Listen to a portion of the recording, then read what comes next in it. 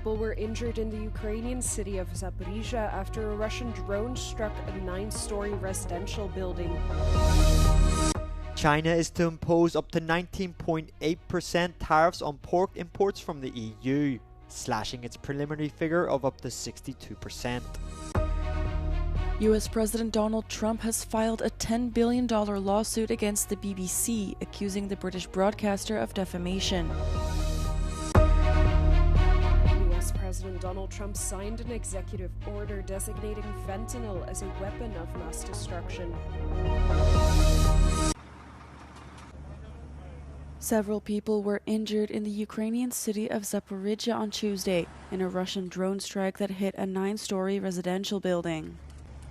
Ukraine's State Emergency Service said 5 people were rescued from the building's upper floors and 3 people were receiving treatment for injuries.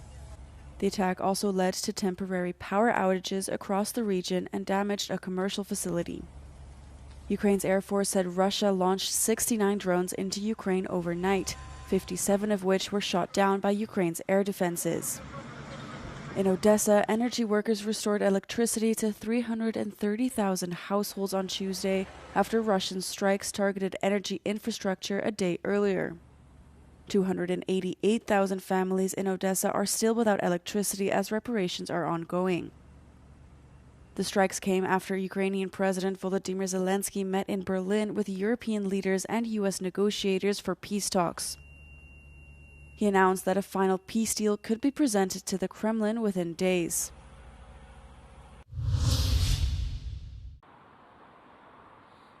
China is to impose up to 19.8% tariffs on pork imports from the European Union, slashing its preliminary figures of between 15 and 62%, the country's Commerce Ministry has announced.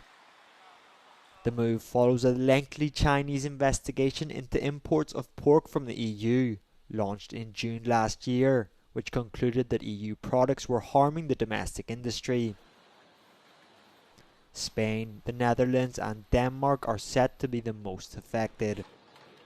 The probe was prompted by the EU's decision to impose provisional tariffs on China-made electric vehicles last year. The EU runs a massive trade deficit with China, which came to over $300 billion in 2024.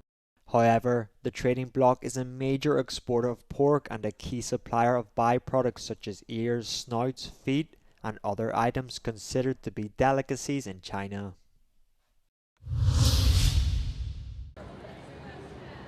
US President Donald Trump has filed a $10 billion lawsuit against the BBC, accusing the British broadcaster of defamation as well as deceptive and unfair trade practices.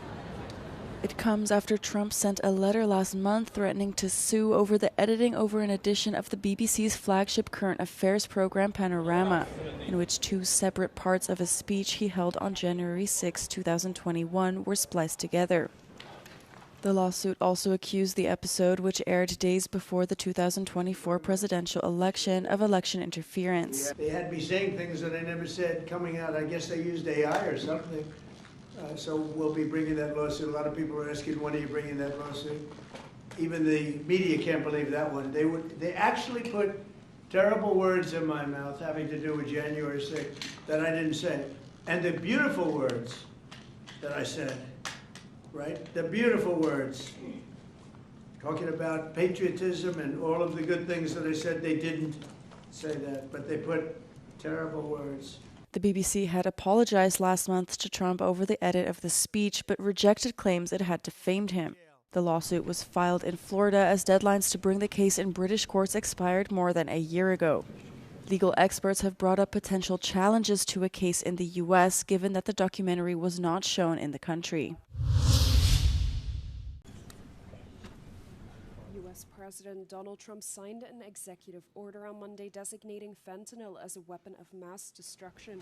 The term weapon of mass destruction has typically referred to nuclear, biological, chemical, or kinetic threats that are capable of inflicting widespread and lasting damage to a population, infrastructure, or environment. If this were a war, that would be one of the worst wars. I believe they killed, over the last 5 or 6 years, per year, 200 to 300,000 people. These are a direct military threat to the United States of America. They're trying to drug out our country. The decision comes as the U.S. military said it attacked 3 boats accused of drug trafficking in the Pacific Ocean on Monday, killing 8 people. According to the military, the strikes targeted designated terrorist organizations. Trump also justified the attacks, saying it was necessary to curb the flow of drugs into the United States. The Trump administration has come under increased pressure from lawmakers who have questioned the campaign's legality and oversight.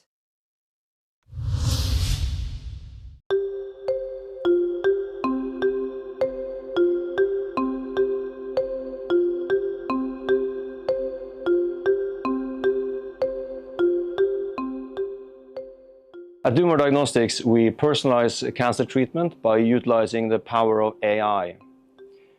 And while there has been great improvements in cancer care over the last years, there's still a lot of patients that receive toxic treatment with no benefit. What we aim to do is to identify the patients that truly benefit from the treatment and the patients that have a low risk and can safely forgo this toxic treatment.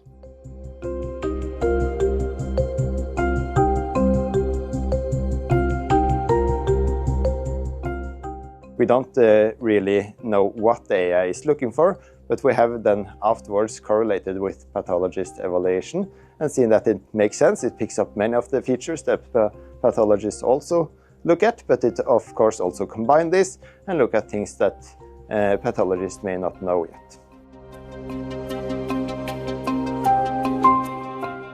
Our AI solution is more accurate in predicting the outcome of the patient than the pathologists are themselves.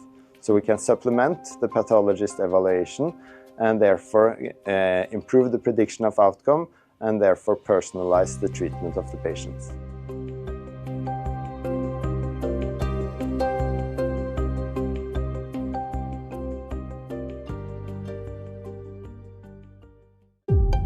You're the only one on stage with the Monsignor at the time of his killing. You're the only one at that church who hated his guts. The spirit really moved him today, huh? So tell me, what the hell happened?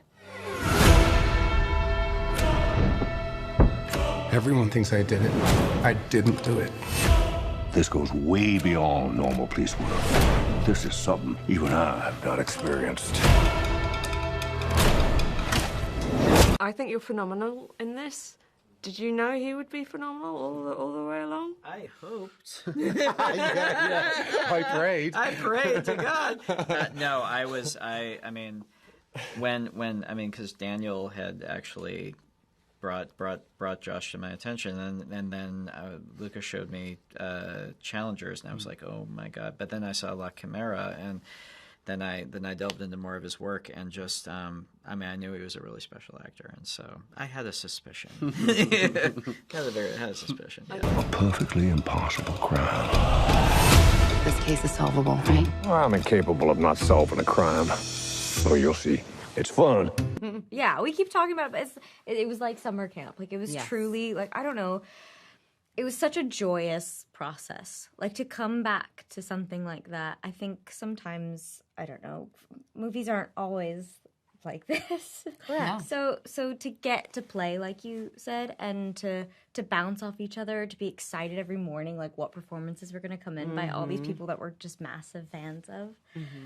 It was, I don't know, it was really needed for me, I think. Impossible.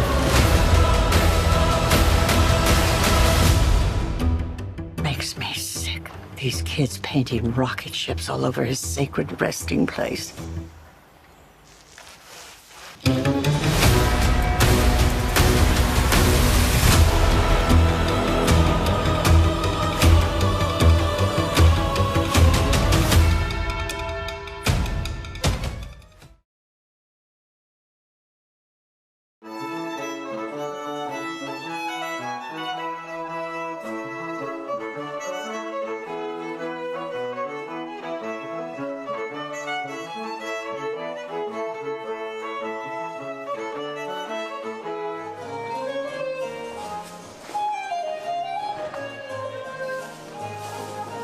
beaucoup de fans. J'avais vu le film Orgueil et préjugés de 2005 et aussi Becoming Jane.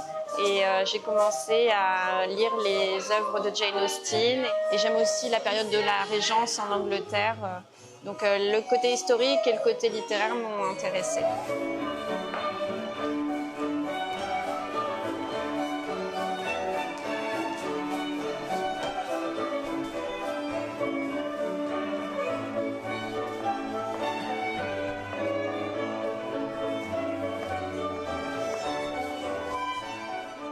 Le fait d'être en costume, on a encore l'impression d'être à cette époque-là, en fait. De voyager dans le temps d'un week-end, d'une après-midi. Voilà. Alors, je me suis basée sur une image d'époque, une gravure d'époque. Et après, j'avais le tissu et du coup, j'ai créé à partir d'un patron historique.